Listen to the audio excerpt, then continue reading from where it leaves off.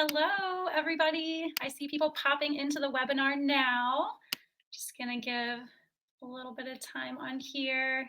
I'm so excited. I'm so glad you guys are all coming to join us for a very exciting topic. As you know, the webinar is called Where Delicious Meets Nutritious. Again, just given a few moments here, Laura is getting everything set up. She has some really exciting information and a handout to share with you today. So we're giving her a few minutes to get all that together. Let's see here. Let me know that you're here. Send a message in the chat box. I want to see all the amazing people who have joined. I wish I could see your faces. This would be way more fun. There we go. From Michigan. Okay. Oh, and there's Laura. See me? Yes, we can. And we are live, girl. Oh my gosh. There's nothing quite like major technical errors 10 minutes before a webinar. We got it. We have lots of people who are saying hi to us in the chat box right now. Oh yeah, hello everyone. Diego, that's where I am. Lauren, give me 1 second and let me just get my stuff set up here. You're good. I'm just gonna let people keep chatting in here. I want to see where everybody is from. Let's see, Logan, Ohio. Oh, hi Lisa. Oh. Wow, very cool. Okay. Hi, Deb. All right, while Laura is getting that together, I'm going to go ahead and introduce us because I'm cheering you all on, but you may not even know who we are. So hello, everybody. Again, welcome to the webinar Where Delicious Meets Nutritious. My name is Lauren Arnett. I'm the KanodiaMD Dietitian. And this is Laura Mason. She is the chef of Love Chef Laura. There we go. Oh, look at that. Can you see it? Yes, it is up. We are good to go. Make sure everybody else can see it. Yeah. So why are we here? Let's dive right in. So we're here together today to discuss some simple tips for cooking meals that are not only nutritious but also flavorful. So, if you work with me, we always talk about how much we want food to not only be nutrient dense but also taste good. We should enjoy our food, right? Right, Laura? Yes, absolutely. Absolutely. And Laura is actually a patient of KanodiaMD, and as I said, she is a chef, so she will be sharing some simple ways to create those flavorful meals using the 4 elements of taste. She will also walk us through her meal composition map, as well as show you the 5 steps she uses to compose these meals. So as I mentioned, she has some really beautiful graphics to share with us today that I think you guys are really going to love. And I will be discussing on the other side of things, how to adapt these meals to meet your dietary needs. Also offering you some simple ways to adjust your recipes to fit your current eating lifestyle. And we really just want to show you how you can make the recipes faster, simpler, more efficient. So we want to make this realistic. So today, we hope your takeaway is that you have some tools to create a balanced meal without sacrificing the taste. And I just want to dive right in. So Laura, go ahead and take it away. The one thing I wanted to note is that we encourage everybody to use that chat box, put your questions in there, but we're going to address them at the end just so we can get through the content because there is so much that we could talk to you for hours, but we're going to keep it. We're going to keep it on love food. So go ahead, Laura, take it away. All right. Well, thanks, Lauren. Yeah. So just like Lauren said, I'm Laura. I'm the creator behind Love Chef Laura. I worked in the food industry for years, mainly as an executive pastry chef. I also attended culinary school in there. And as also Lauren mentioned, I am a patient of Dr. Kanodia's and of Lauren's. She's my dietitian. So I'm very blessed to have both of them. Yes. So, all right, let's get to it here. Oh, all right, perfect. So when we are composing a meal, there are 4 different things to look at to give us balance in the meal. There's color. Something I was always taught in culinary school is we eat with our eyes first. So, when we look at magazine articles or we're at a restaurant and we see the waiter walking across the restaurant with a plate. We look at that and we're just like, oh my, that is so beautiful and mouthwatering. It's because we eat with our eyes first. So when we are composing a meal, picking different food components that like, I use the example of a grilled steak with bright green broccoli or asparagus, accompanying that with purple potatoes or sweet potatoes. You have all of these really beautiful contrasting colors, and you look at that plate and you say, wow, I really want to dive in and eat that. So eating with our eyes first, the color, that's one really important element. And Lauren, I think you probably have something you want to Yeah, add to of that course one. I do. You know, I always have a comment. So yes, oh my gosh, and especially if you've heard me talk before, you know that color is something that we talk a lot about because of eating the rainbow. So that's a big Yes. concept.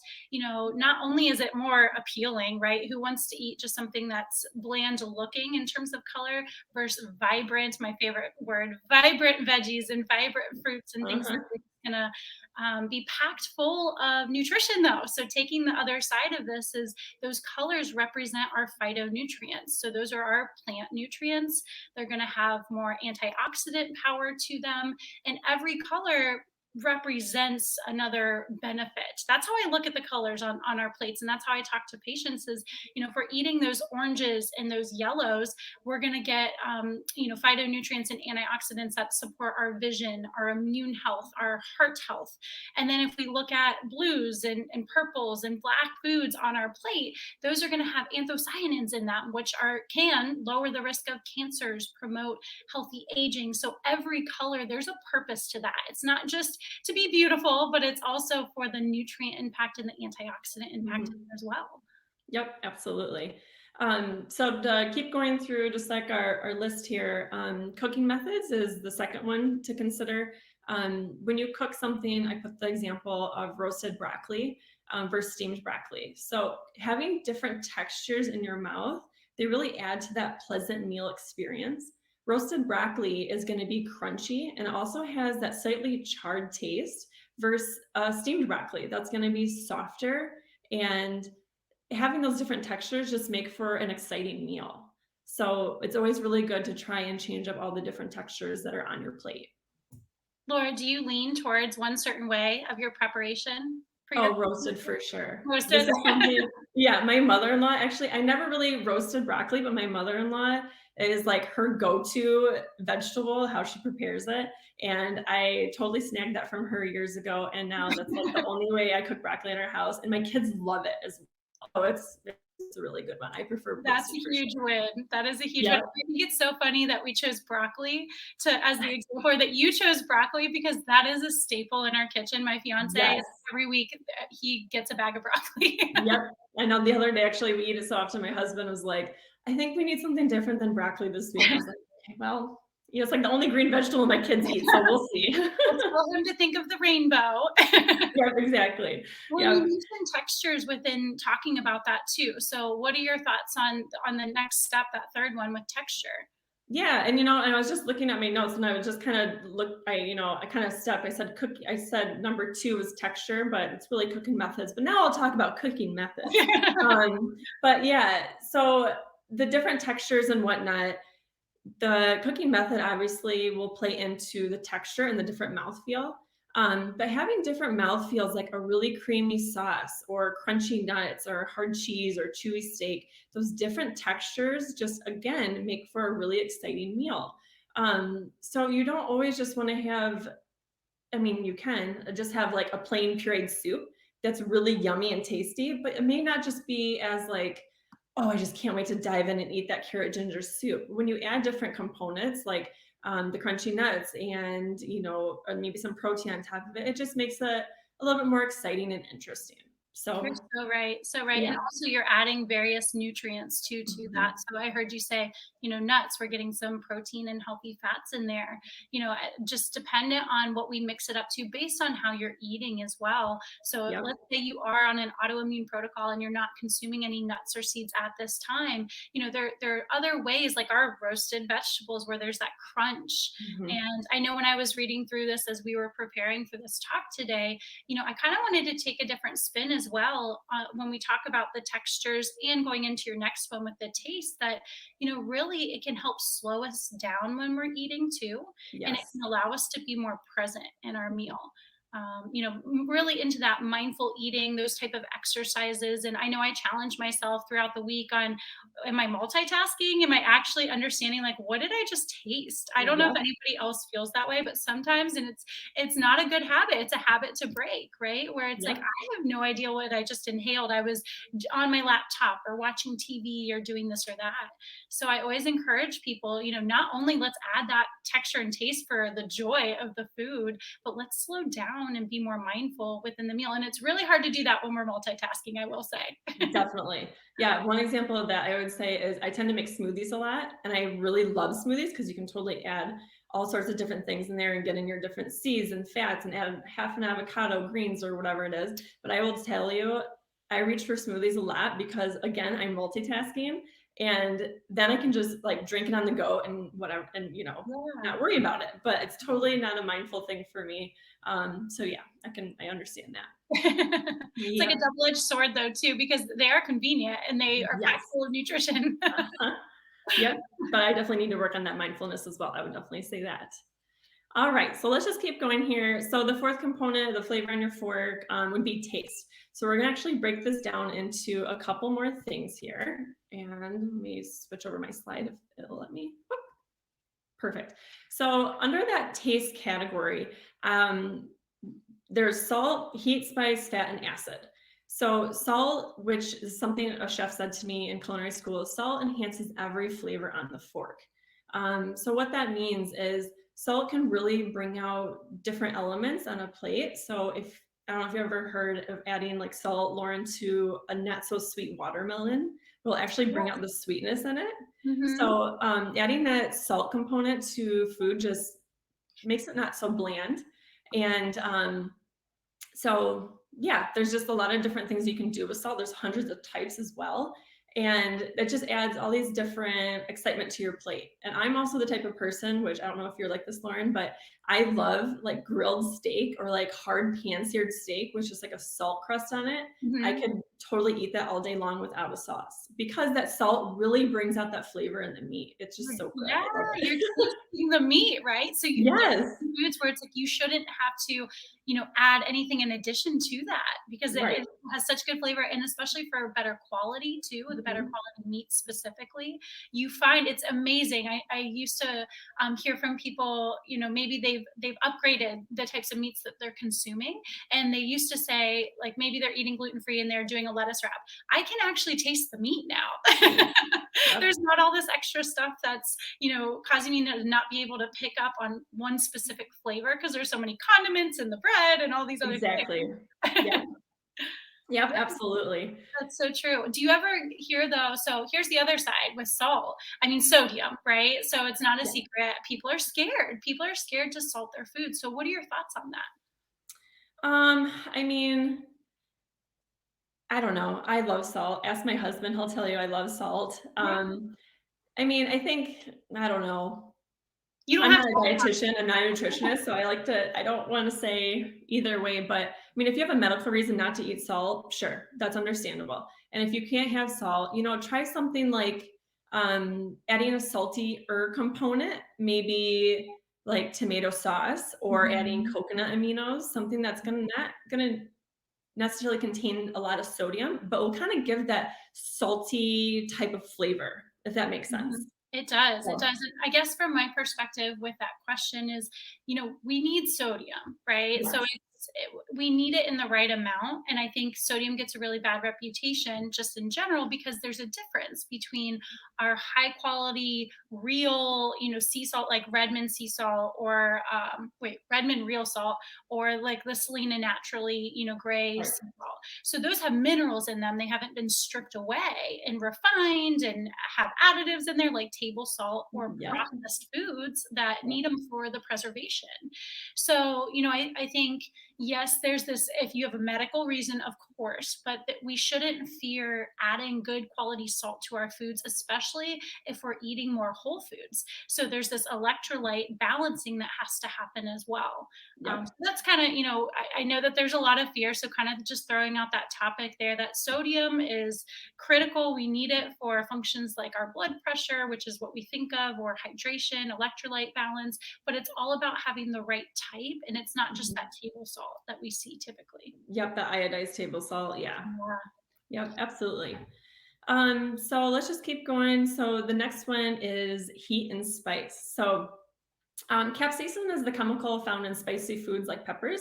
That chemical hits our tongue and excites our pain receptors. And as to balance that out, our body will actually release adrenaline and endorphins to try and make that experience pleasant. Lauren, I don't know about you, but I'm the type of person where I love spicy food. And if I eat something spicy and my mouth is on fire, I keep going back for more. I can't stop. I'm not kidding. It's just like, it doesn't matter. It's fine. This is so good. And it's because it's thrill seeking. Spice adds like that really fun element to our food. And I have some friends that just like, or family members that just don't like spice at all. But I'm the type of person I'm like, I want more. Give me more. And it's because this tells you anything. My pandemic food, I was never really a spice eater. My pandemic food became hot sauce. Yeah. What's your favorite type of hot sauce? What's your favorite brand? Cholula, we've been loving.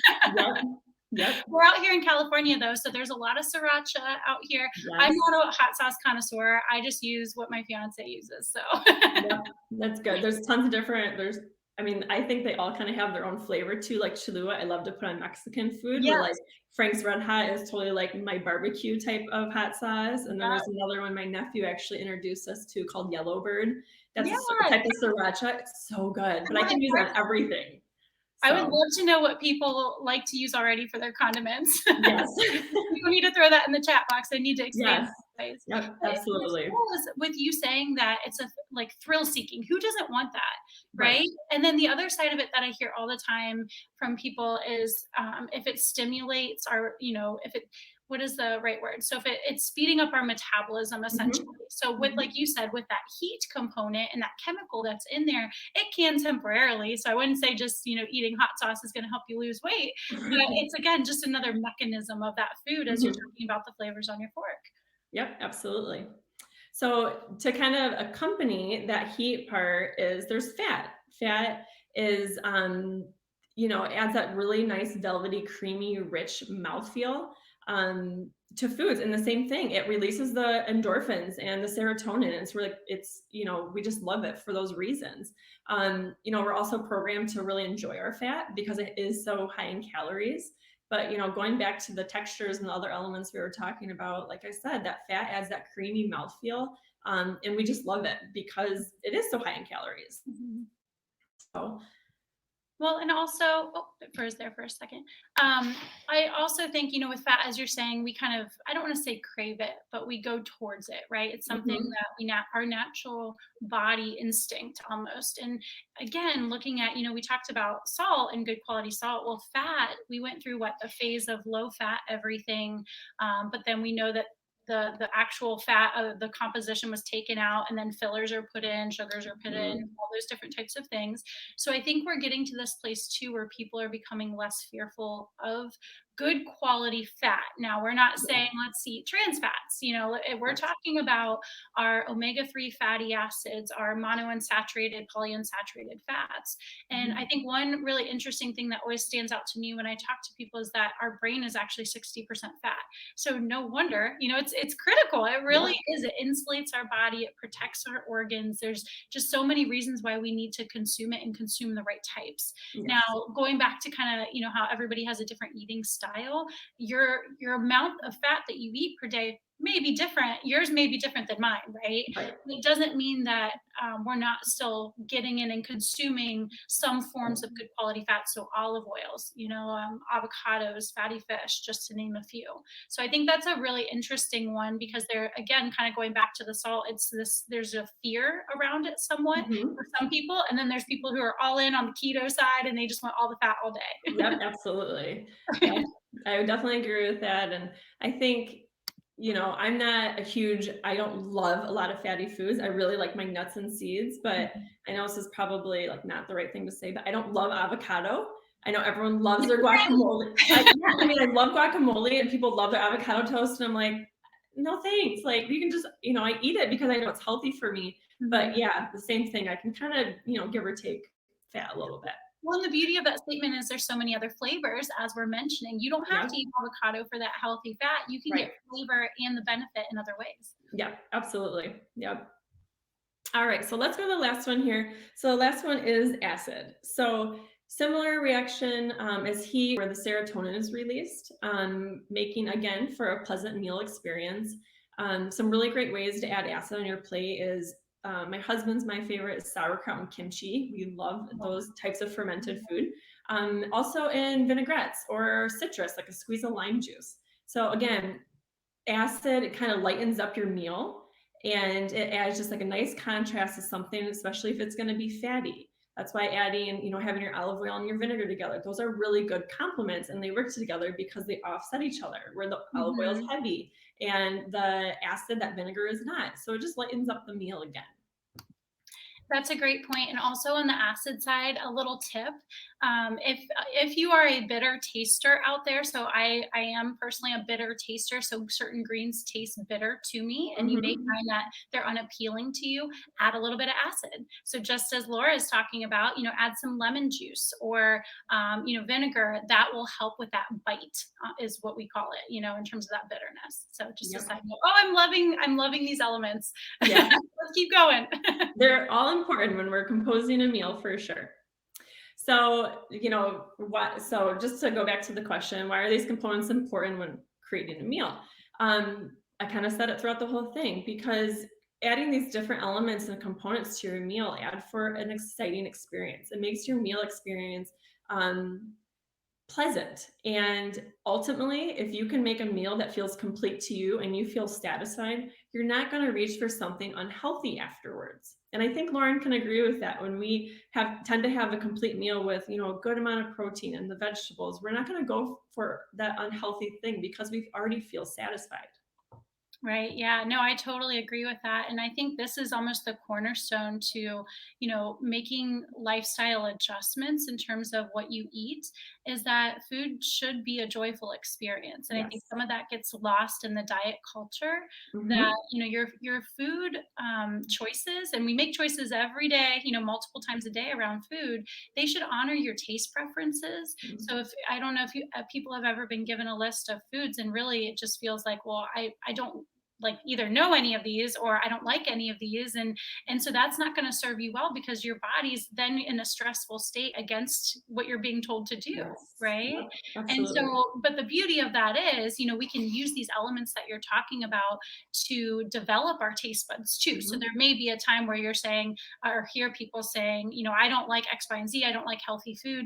Well, that's where we have to take a step in the right direction in terms of trying some of these elements, because you may not like raw broccoli, but have Right. you tried steaming it and roasting it and adding a sauce on it and adding it to a meal? So there's various ways that we can begin to incorporate that. And that this topic is just I'm so passionate about it, because I think so much of the diet culture has taken over that we lose sight of listening to our body and what it's asking Hmm. for, and what actually tastes good. And that goes back to that mindful eating exercise. Taste Hmm. the food. What are you experiencing within that meal? Right. So much we could talk about with that, but I Oh, 100% I know. agree. Yeah, absolutely. I mean, I could talk about, you know, everyone loves the avocado toast and all that, and I'll try and force myself to eat it because I'm like, I know this is good for me, and I just don't like it, you know? So I'm like, I don't know why I'm eating this. All right, let's go on to the next thing here. So let's go over the meal composition map. So the first thing I want to just make very clear is the numbers, you know, one being protein, two being starch, three vegetable, and so on. That number does not correlate to the amount of that food item on your plate. So we're not going to sit here and say protein that needs to be 80, your plate has to be 80% protein. That's not what this says. This is just a map to show you how to create and compose a really good, satisfying meal. And so now chefs, when we look at a plate, we tend to base our recipes and what we're creating off of protein. That is because proteins tend to have really strong flavors. You can think of lamb, which is a really gamey meat, or even elk, which is another gamey meat, salmon, which also has that really strong fishy flavor. So we tend to look at protein as the main focus and then build upon that with the other ingredients. So some protein examples are just, this is obviously not a complete list, but grilled steak, roasted chicken, baked fish, grilled pork tenderloin, or pan-seared tofu. So when we're looking at our protein, making sure we're looking at those 4 elements again that we just went through. How am I cooking this? What's the texture going to be like in my mouth? Do I have a heat component in this protein, or is it coming down later on? So that's the first thing, is protein, and that's why it's the number 1 on the map. Well, and just like you said, just to reiterate, the protein as we look at it on your plate, then, so to put that into perspective, that it's a portion on the plate. And you gave some really great examples that across the board, no matter what people are following for their lifestyle, it's a protein source, whether animal-based, plant-based, whatever that looks like. Yep. I want to pause though. This is a great, I think for people, this would be a great tool to keep on their fridge, print it off, have it in their kitchen, because how nice this is laid out. It's like, okay, what do I need as part of my meal? It just brings awareness. So then that way people can make sure that when they're grocery shopping, that yes, we're buying these elements with a plan in mind. So I find that people do better when it's not just I'm buying things to buy things, but I have a plan for this meal composition and knowing what I'm going to make. So just wanted to put that in there for anybody who's listening over in the chat box. This would be a really nice handout, to print off and keep in your kitchen.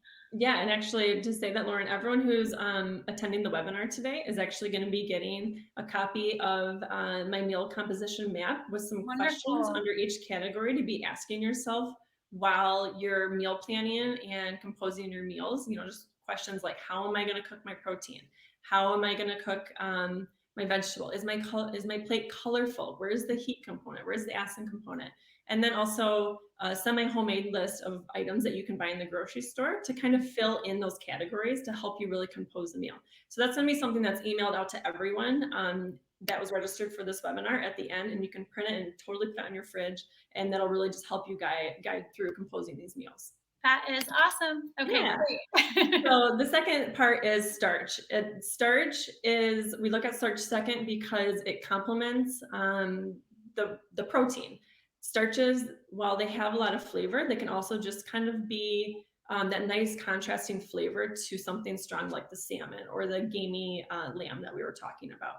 So picking starches, from a dietetics standpoint, Lauren, I know you would say like a sweet potato, that's still a vegetable. We could even go and talk about beets. Beets are a vegetable, but in the culinary world, as a chef, we look at root vegetables, potatoes, rice, pastas, beets, anything like that. That's going to be considered your starch. So again, your sweet potatoes, baked Yukon potatoes, your rice, gluten-free pastas, or even baked acorn squash. Squash is also starch in, the chef world. Are you there? Yes, I am. You cut out a little bit. Okay, it froze up. Keep going on to the vegetables. All right, sounds good. So the third thing to accompany the protein and the starch is your vegetables. So once again, I'm going to keep saying it. When you are composing your meal, go back to those elements. How am I cooking this vegetable? Am I adding, squeezed lemon juice onto my broccoli? Am I going to saute my kale with chili pepper flakes? Asking these questions to really get some really good vegetables on your plate and changing up the various cooking methods. Again, making sure it's nice and colorful. So the fourth one, which I think if my husband was sitting next to me, he would be saying this is the most important part of the composition map. He is such a sauce guy. I know he's listening right now, so I can talk about him. But I'm the type of person where I can totally be fine eating a dish without a sauce, but some people really love that saucy component, whether it be, the coconut curry, the balsamic vinaigrette, dairy-free ranch, pesto, gremolata. And I know, Lauren, the other day you made chimichurri. That's a sauce too. We really enjoy these sauces on our plate because, again, for the mouthfeel, they really add the nice textures to our mouth, and they also lubricate our food and moisten it and make it easier to chew and just, make for that really good, pleasant experience eating a meal again. So sauce is that fourth one. And then we'll go on to the last one, which is toppings. So crunchy nuts, toasted seeds, crunchy sprouts, or even diced red onion that can add like a nice peppery umami flavor to meals. So it's just kind of finishing the plate. So when we're composing a meal, just look at these 5 different steps. You know, am I incorporating all of these? You don't have to incorporate all of them, but it's just like a really good way to start off when you're composing a healthy, satisfied meal. Yeah, no, that's great, Laura. And I think too, again, kind of going back to as we're planning our meals for the week and you look at this composition map, one of the number one, and I'm going to have to be on your side or your husband's side with this, sauces and flavors, right? So I think that's Yes. the category that people struggle with the most in terms of adjusting to their dietary needs. So, okay, I'm not eating dairy now. How can I still have flavor without, what our traditional condiments might be? And I Right. think that's the area that lacks the most. And so some examples, we've said avocado many times, but also things like herbs. I think herbs are not always, a priority, in our culture and just something that we cook with all the time. We use dried herbs, but we're not as great with fresh. Right. And so even things like we mentioned the chimichurri, and I like that example because it actually came from the fact that I bought a whole thing of parsley, used a little bit for a recipe. Now, what the heck do I do with it? Mhm. And so it's one of those things where it was as simple as adding some lemon, some olive oil, some red pepper flakes, of course, Yep.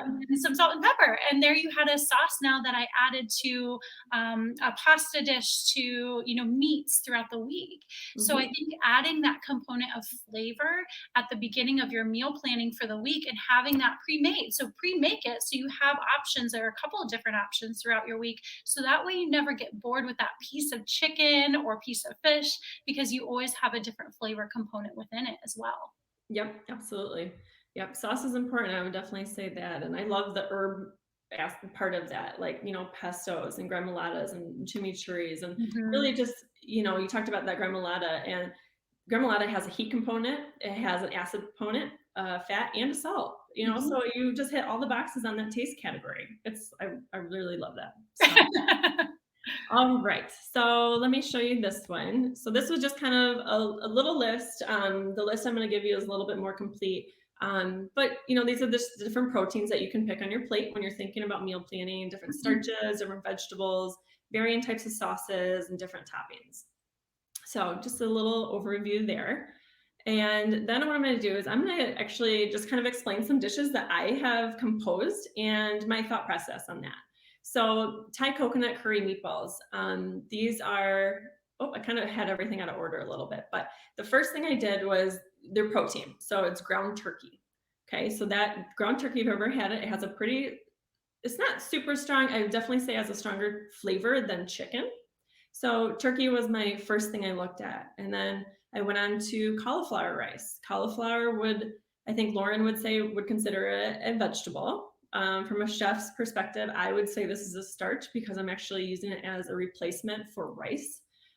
So my cauliflower rice was my second step there. My third one was steamed Romanesco. This is a type of like a cauliflower broccoli type of hybrid. It's really crunchy and really good. And then I had a Thai coconut curry sauce, and then I topped it with micro radish greens. So you can see just looking at this plate, the green and the purple really complement each other. It's really bright and vibrant. Your eye is like instantly drawn to that Romanesco with the different geometric shapes on it and the color, and it's bright. And I'm using different textures as well. That sauce is really creamy. The Romanesco, I cooked that. I steamed it actually to al dente, so it's slightly crunchy still. And the same thing with that cauliflower. It's slightly al dente and crunchy. And then I added some lime for acidity. There's some really good heat inside that curry and the coconut milk. That's my fat component. And then I salted everything. So I just checked all the different boxes of my elements when I composed this meal. It has everything.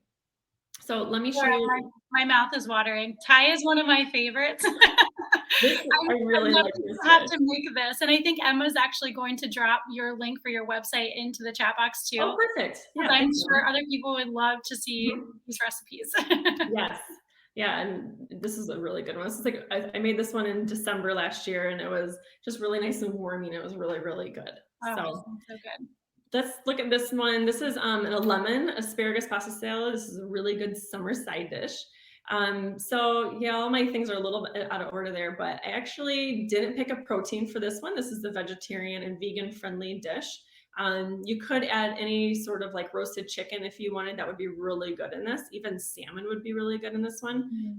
But for this meal, because it was a side dish, I picked no protein. So I went on, to go on to the starch component, I used grain-free penne pasta from Jovial Foods.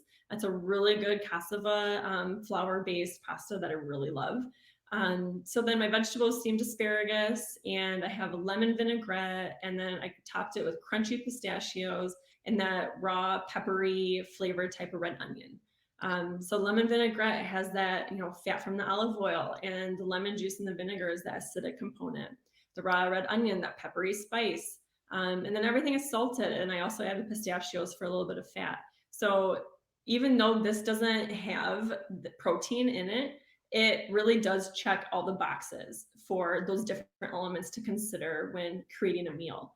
Like I said, it has all those different elements of taste. So Well, and what's really nice about this recipe here is that it's a like a foundation so that mhm, you can add whatever type of protein you may have on hand too. yes, So absolutely. that's my favorite thing, as well for myself is that you have base foundations and then maybe you scoop some out and you use a protein source today, but tomorrow you use a different one. So that's Yes. something that's really nice with dishes like this. And then I will say this lemon asparagus pasta salad, because it looks so good. We're actually using this recipe for our cooking class at the Nourishing Plate next week on Oh, yay. Wednesday. Yeah. So we want people to come make it and to also, really encompass and embrace all of these tips that they're learning today from a chef, mastering some of these techniques and learning how to put this into practice. So again, I think Emma's going to go ahead and put the link to sign up for that kitchen class. It's virtual, so you can Yep. do it from the comfort of your own home. But it's also perfect timing because it's right before July 4th holiday. And so Yes. you may have a dish that you may want to take. Yep. Yep. Yeah, and this is a really, yeah, and like you said, I love that you said this could be a foundation meal because you can totally add that grilled salmon or the roasted chicken and it would be complete based off that composition map. And you can save some extras and have multiple meals, which is really Mhm. cool. So I really like that. All right. So the first thing to think about, which this is maybe something that you're maybe asking yourself throughout this webinar so far, is like, oh my gosh, Laura, like this is so much information. Like you want me to add all these different elements, and you're telling me I need to add acid and fat and this, and I don't know how to cook. I maybe know how to only cook maybe chicken, or I only know how to use a crock pot or whatever it may be. So how can I make meal composition easy?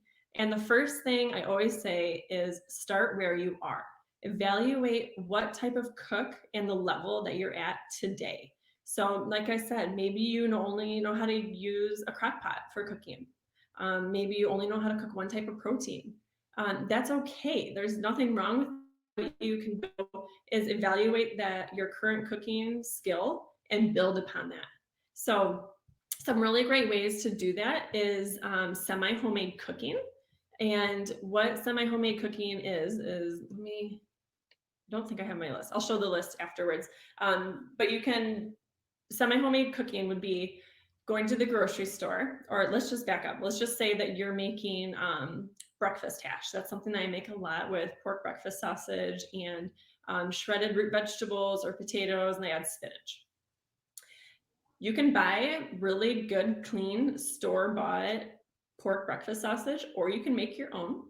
And then instead of having to sit there and grate potatoes at 7 in the morning, which no one really wants to do, to be honest, which I don't do, I buy mine frozen. I buy pre-chopped and shredded hash browns that I just put in a skillet with my protein and throw in some spinach and ta-da. So semi-homemade just is you're buying something from the store that's going to help take a step out of your cooking process to make it easier for you. And if you don't necessarily know how to cook like an expert chef and you're looking at a recipe and you're like, oh, you want me to shred potatoes? And then suddenly I have to season my own pork. It gets overwhelming and you're more likely to not want to continue on your cooking journey. So adding in these homemade options that you can buy at the store, or I don't have a Whole Foods where I live, but when I have been to them, there's pre-marinated steaks. They have rotisserie chickens. Buying things like that just to make the process of composing a meal a little bit easier until you can start building on your repertoire and building your skill level. It's a really great way to just ease into it. Yeah, no, those are some great tips. I think, one step, what's an action step from that? Take inventory of your kitchen. Yes. What tools do you have, Yep. right? That's a great first question just to figure out, do I have a blender, a food processor, an Instant Pot? Then do I know how to use them? Right. What do Yep. I know how to use? Yep. And I think, a big takeaway from today is, yes, we're learning, like you said, what are tips from a chef, right? What are the master steps here? What are the elements? But you don't have to be a chef to cook a good meal. So Absolutely. yes, recipes, what are your resources? Do you do better with a cookbook? Do you do better with Pinterest? That's been the Mhm. top one I hear from people lately. I love Pinterest. Or is it just too overwhelming and there's too many resources? So pick one thing and start there. And I Yes. love the concept of the semi homemade, because if you look in my freezer or in my pantry, I always have something, even just as a backup. Right. So Mhm. maybe I just need something quick. I'm going from here to here. I keep cauliflower rice frozen and, something like that. Or maybe some canned fish or some Trader Joe's cauliflower gnocchi or something like that that I Yes. know I have Yep. as a backup kind of option. But it can really take a lot of that time, like you said, especially with the chopping and the grating. Yes. That can take Absolutely. a lot of time. And I think packaged products, right? We talk processed versus whole foods. Yes, our goal is still whole foods, right? But that doesn't mean a packaged product is good or bad. We can look at that and still aim for ingredients that you can pronounce. That doesn't have a laundry list where, and I love this exercise where you take something off the shelf or you have somebody hand it to you. And if you read the ingredients, do you know what it is? Or are there so many additives in there that you don't even know what the end product is? And I think Absolutely. that, again, packaged products can get a really bad reputation, but it's semi homemade, right? We just want something more so for convenience. So you can get pre-chopped or pre-diced produce, and it's one Mhm. ingredient. So I Yep. think that there is some knowledge base there in terms of ingredient label reading still that needs to occur. And there's definitely better brands, as you noted on that. Well, you were noting some different things on there, and then there's some packaged product brands that I know I recommend to people. I know we've talked about a few in the Yep. past. And so there's definitely ones to look out for. They're not all created equal, but that's just like anything, right? Right, absolutely. And that semi-homemade list that's going to be sent out to everyone attending the webinar, that has different brands on there. So like Cascadian Farms, it's an organic, like they do a lot of frozen produce. That's the hash browns I buy. So the only ingredient is organic potatoes. And that was a rule of thumb when I first started to make the switch to starting to eat cleaner. If I couldn't pronounce the item on that ingredient list, it wasn't going in my cart. If I didn't know what it was, and if it gets too scientific where I'm like, I don't understand what this is, it probably doesn't really belong in my stomach, right? So that Mhm. was like a nice little step. But the semi homemade and the third thing I want to talk about for composing a meal, they kind of go hand in hand. So, batch cooking. So, let me give you two different examples here. So, evaluate where you are today. These are two meals that I make quite often in my house. The first one is a buffalo chicken stuffed sweet potato with ranch dressing and sprinkled with cilantro. So you could add a bunch of different types of vegetables on the side. But if you are just starting out as a cook, figure out a couple proteins that you can make or that you can buy store bought that's nice and clean, like rotisserie chicken. You can pull that chicken, save it, make the buffalo chicken stuffed sweet potato, and then the next day you can make the Japanese sweet potato with pulled chicken and barbecue sauce with green onions on top. So you're taking your skill and saying, I only know how to roast sweet potatoes. Great. Roast 7 of those. So you have one for dinner each week or each night of the week. Okay. So the next thing, I don't really know how to bake chicken, but I know down the store they have a really good type of rotisserie chicken that my neighbor raves about. So I'm going to go buy that and pull it, and I'm going to separate it, and I'm going to have it for my buffalo chicken, and I'm going to have it for my barbecue chicken. Then you can add your sauces, that Frank's Red Hot sauce or whatever type of hot sauce that we're all obsessed with. Add that on top, and then maybe add a barbecue sauce on the other one. So then suddenly, and then you can add your separate sauces, or like a ranch or something like that on top and some fresh herbs. And suddenly you're taking in pretty much the exact same ingredients that don't require a lot of skill. And you just made two different dishes that you can rotate throughout the week. That's going to be really healthy and satisfying and checks, again, all of those boxes that are part of the elements of cooking and composing your meal. So just batch cooking is like one of my favorite ways to just really stay up on making sure I have really good healthy food at my house. I have two young kids and it can get a little crazy sometimes. So just batch cooking and adding in those semi homemade elements when you can just really make composing those meals and healthy meals just that much easier. Yeah, that's a really great concept. And the first thing I think of with that as well, aside from just the fact of batch cooking not taking up as much time throughout the week, Hmm. is if you are cooking for a family and you have different dietary needs or taste preferences, you have a base and then people can throw what they want on it, right? So you could Yes. still make these base elements. It's kind of like, it reminds me of a taco bar, right? It's Yeah. Yeah. everybody's needs are met because you are in control of what you put on your sweet potato or on your bowl or whatever it is. So these are the types of concepts that are especially good if you're cooking for a family, you have different dietary needs, taste preferences, everybody can be happy, and then whatever's not used for that meal, you can then compose into something else the next day. Yes. And this is actually why I love, there's a cookbook resource called Cook Once, Eat All Week. I'm not sure if you are familiar with that one, Laura. I'm not. But this was the exact concept that I was trying to help patients with, what was it, a year ago, where it was, you make your protein, you make a vegetable, and you have kind of like a prep day that doesn't take 6 hours because it shouldn't. And then throughout the week, you have three different flavorful meals because of our sauces. Yep. And it's the same protein, it's the same, vegetables. Maybe there's a couple of additions, but it reminds me so much of that cookbook, and that's why I love it so much because that's how I cook too. I do all the batch cooking, Hmm. and then that way you can compose whatever you need throughout the week. So great concepts for sure. I think people will really enjoy seeing this slide and understanding this a little bit better. Yeah, and the other nice thing is, batch cooking when you really hone in on a skill, or let's just say, you're buying the rotisserie chicken, and after a couple weeks, you're like, I really feel like I could roast my own chicken. I saw Mhm. a raw chicken at the store. I'm gonna try this.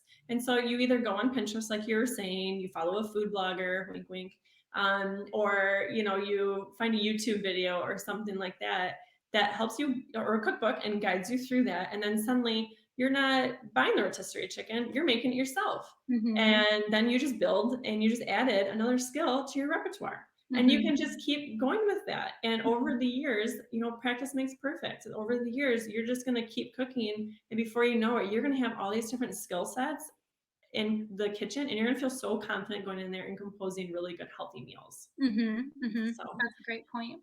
yeah, Thank you so much, Laura, for all of yeah, your wonderful tips. I believe this is the last slide, it correct? is. Yep. Okay.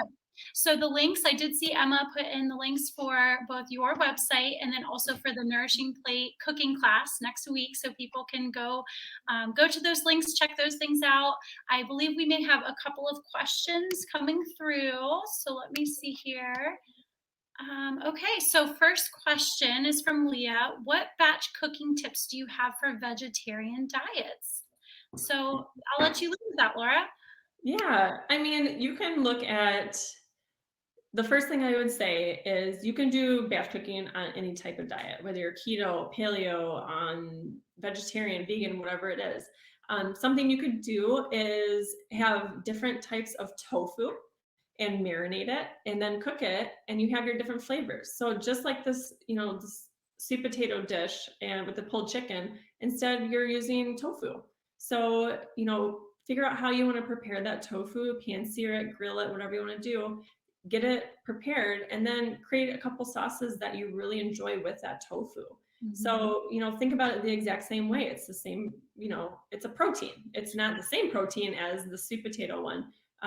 But prepare it and then add sauces. That's something I would definitely do. That's And a then great having idea. a variety of vegetables around. That's Mhm. vegetarian diets, you really need to have quite a few vegetables in your diet. And um, you know, you could like sheet pan meals. You know, you don't have to add the protein, but you can do the starch part. You can do the vegetable part, and then add the sauce and the toppings at the end. So that's something I would definitely say is sheet pan meals, and then look at the exact same view as if you were doing like a chicken. Mhm. Yeah, the only thing I would add there, because those are all great ideas, is think about, again, what's the going back to the question, we have all the vegetables and the ideas that you talked about there, but what is the protein source too? So whether it's tofu or maybe it's roasted chickpeas, you could do something Right. like, on a tray, same concept on a sheet pan. One of my favorite concepts are veggie bowls, like cooked vegetable bowls versus like salads, just depending on the time of the year. But cooking elements, like the chickpeas or the tofu, or having, nuts and seeds in a trail mix form. So that's not necessarily batch cooking, but it's preparation, batch Mhm. preparation, we'll call it. I So like just it. having elements of whatever that protein is ready to go throughout the week. So it's not just a boring almond, but it's transformed into maybe more of like a trail mix kind of concept. Right. Yep. No, I really like that. Okay. It looks like our second question from Brian in regards to leaching heavy metals, is cast iron the safest way to cook, or high quality stainless steel 18A or 1810? Can you elaborate on healthiest cooking methods? Well, I don't know. The only thing I'll say is I don't know a ton about what would be considered the healthiest type of equipment to use. The only thing that I don't use is like Teflon, the non-stick stuff. I don't use that. I will say though, I know cast iron, you can prepare food and iron will actually be leached out of the cast iron, and that's a source of iron that you can get from food from cooking. From a cooking standpoint or like a chef perspective, I love cast iron for cooking for that super hard sear. They're also really easy to clean. For stainless steel, that's another metal that I cook with quite often. I don't know necessarily the health behind it. Maybe that's something, Lauren, that you would maybe elaborate on. But healthiest cooking methods, and I think Lauren, you can agree with this. But anything that's going to preserve the nutrients. So when we boil, the nutrients tend to leach out into the water. That's why when you boil broccoli, the water turns green. So if you can steam, roast, anything like that, that's really going to keep the nutrients in. I think those would be the healthiest. Yeah, that's great. And I'll just elaborate a little bit further. Everything you said, that was great. Cast iron, yes, with the iron coming out of the cast iron. So the only time we have to be really careful with that is if you have high iron levels. So that would be something where we've had a couple of patients before who had to be really careful with overusing cast iron because it is leaching out of that. I do agree with the nonstick as well. They are coming out with a lot of different versions of nonstick. And so I just encourage people to do their research on those. But Mhm. stainless steel, definitely a top one. Cast iron, all clad for like baking sheets, glass for casserole dishes. Yes. Anything that we can do along those lines, that's what I would recommend. And then I do agree in terms of, and I was going to mention this earlier. I must have forgot to mention this, but between the mixtures of raw and lightly heated, right? So Mhm. steaming is great. Raw is great, and it's not that we need to do one all the time. Mixing it up is actually very beneficial because it does change the nutrients, the nutrient composition, whether it's raw or whether it's lightly steamed.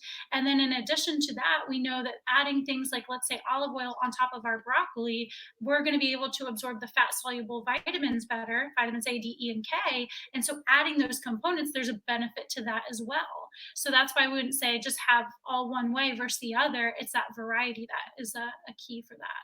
Yeah, absolutely. And then that goes back to, the meal composition for the different textures that you're using. Are you using the different elements to make sure it's exciting? So that's really good too. Mm-hmm. Okay, it looks like two more questions here. A question from Kimberly. How does an alkaline diet get past your pancreas? How does an alkaline diet get past That the one's for you, Lauren. So if I'm understanding the question correctly, I mean, let's just talk for a second alkaline diet, right? So everything that we're talking about right now, especially harping on the vegetables and the color, going to keep coming back to that. Those types of foods like vegetables that promotes more of the alkalinity in the body versus the acidity, and it Mhm. helps balance out the body pH. So that's why, as we talk about what are some commonalities between different dietary protocols, right? It's vegetables, leafy greens, that's a big one. There may be Yep. some specific adjustments depending on which protocol you follow. But we want the body to be a little bit more on that alkaline side. So if we can do more of our vegetables, more of our leafy greens, less of, even with red meats, less on the red meat side, alcohol, caffeines, things that make our body more acidic, that's going to be beneficial. So I hope that answered your question, Kimberly. And then last question here from Steve. What can be substituted for hot spicy? Peppers give me sores in my mouth or hurt my stomach. Hmm. Love not hot spices. Wow. Well, I don't really have much. I can't really think of anything off the top of my head that would say you can substitute this type of pepper for something that's going to give you that same type of heat. What Mhm. I would say though is, add something like, raw red onion that kind of gives you that little bit of that umami type peppery spice. Mhm. Doing something like that may kind of, substitute it or help just add a little bit of a heat component to your dishes. Yeah, that's a good thought. Yeah, you have to think about that one. So I guess my Yeah, first thought, I guess not, so it wouldn't be spicy, but to give you that punch of flavor might be like a ginger or turmeric. Those are some of the first things that those come are to great. mind. Yes. Yes. Just in terms of flavor, again, it's kind of in that realm, but it's not spice per se, but it's giving Right. you a flavor component. Yeah, turmeric is a really good one. That's a great point. Okay, well, I think that was our Or last question. Brian says horseradish in the comments. Yeah, Oh, that's that's great. a Yes, great one. that Yes. is a great, awesome. Well, wonderful. Well, thank you everyone for joining us today. We were really happy to share this information with you. And thank you, Laura, for coming on and chatting with me. You're welcome. Sorry, I was just looking to see what Kimberly said in the last thing, if it was a question. But yes, thanks for having me, Lauren. That was really fun. I always love love talking to you about food. When we have our appointments, we could talk for hours about food because we love it so much. So yes, thank you for everyone. We are going to have anyone who signed up, like I said, we're going to send out the 2 PDFs that I created, the semi-homemade list, and then this meal composition map with some questions to ask yourself as you're composing your meal. You can stick that on your fridge. And if you have any other questions about anything, you can always email me, Laura@lovecheflaura.com, and I'll get back to you pretty quickly about an answer. So thanks again, Lauren, and thank you for everyone for attending. Sounds good. All right, everybody, take care. Bye-bye.